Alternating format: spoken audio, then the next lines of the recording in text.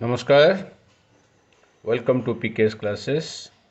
Today we will study p53, which is a negative regulator of cell cycle.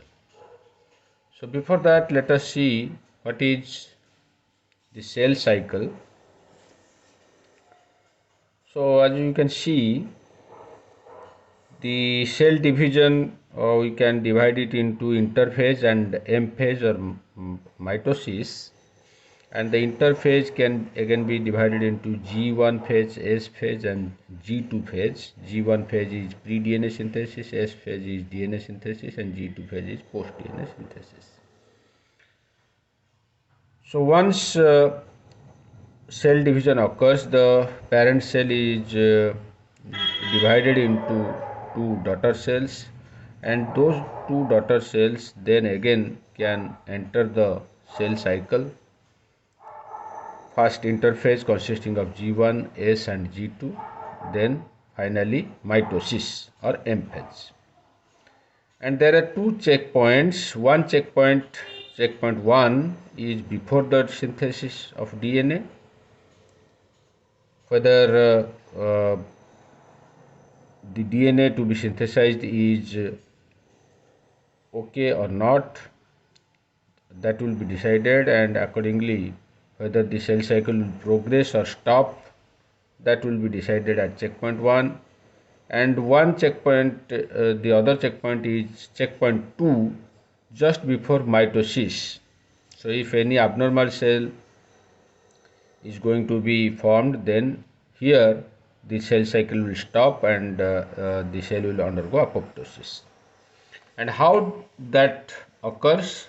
It occurs through the negative regulators of cell cycle, and negative regulators p53 and retinoblastoma gene, RB gene. These two are the negative regulators, p53 and RB. And there are CDK inhibitory proteins like p21, p1027. This p53 actually does its action through these CDK inhibitory proteins. So we will discuss that. And there are positive regulators of cell cycle. See, this G0 is the resting state, and these positive regulators, they help the cell to progress into the cell cycle, say from G0 to G1, then to S, to then G2, finally M. So these positive regulators called cyclin and cyclin dependent kinases, they form a complex, cyclin CDK complex, which actually regulates the cell cycle. And the cyclin and CDK, you can refer to our earlier classes, where which cyclin is binding with which CDK, it is already discussed in the previous video.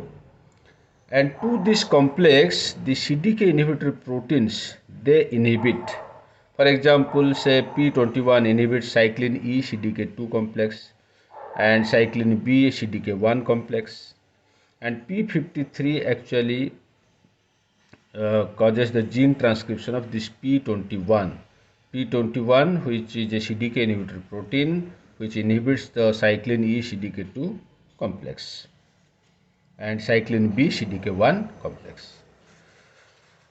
So let us see p53. So when there is DNA damage, this p53, the negative regulator of cell cycle, functions and stops the cell cycle or stops the cell division. So when there is DNA damage, there is recruitment and activation of various protein kinases like ATM kinase, ATR kinase, which are the members of PI3 kinases.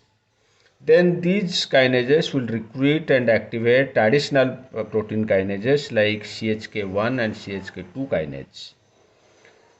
Usually this p53 forms a complex with MDM2, and because of this complex, p53 is inactive. and this complex lead to degradation of p53. So if this complex is broken, or this MDM2 is released from this complex, then only p53 becomes active and can regulate the transcription of p21 gene, which is a CDK inhibitory protein. And as we discussed, that p21 forms complex with or inhibits cyclin E CDK2 and cyclin B CDK1. So cyclin B CDK1 regulate the progression from G2 to M phase, and cyclin E CDK2 regulate the transition from G1 to S phase. So by inhibiting cyclin E CDK2, transition from G1 to S phase is stopped and the cell cycle is arrested at G1. And by inhibiting cyclin B CDK1, the progression from G2 to M phase is reduced and the cycle is arrested at G2.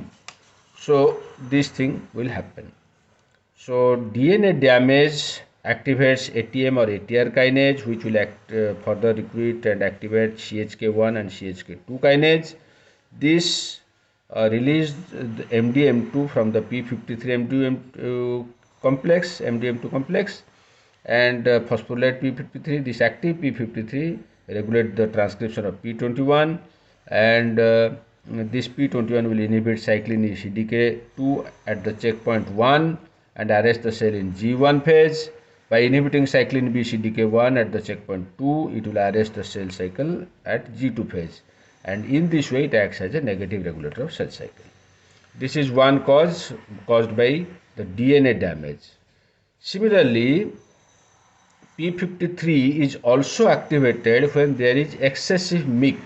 As we know that cell division is regulated by this mitogen, and when mitogen acts on the mitogen receptor, which is a tyrosine kinase linked receptor, and follows RAS-RAF pathway, so mitogen activates the tyrosine kinase linked receptor, mitogen receptor, and then there will be GTP-GTP exchange at RAS.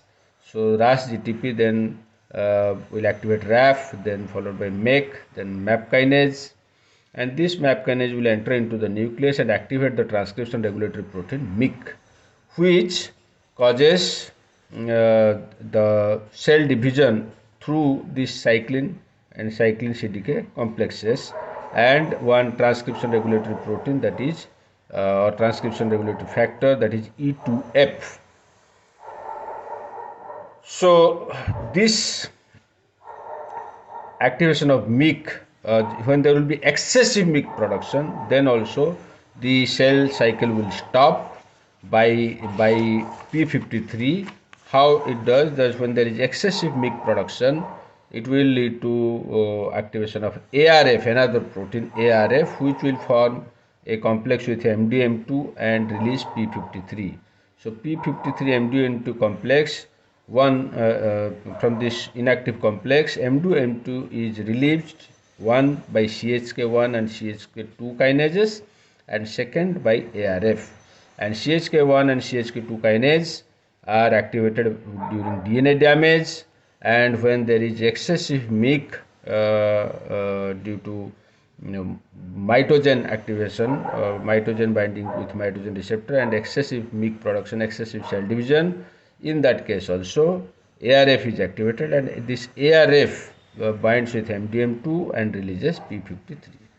So normally p53 forms a complex with MDM2 and becomes inactive, and when this p53 is activated either through CHK1 and CHK2 kinase by DNA damage or through ARF due to excessive MYC, then this p53 will regulate the transcription of p21, will activate the transcription of p21 and stop the cell cycle at G1 or G2 phase, and in this way p53 acts as a negative regulator of cell cycle. Thank you.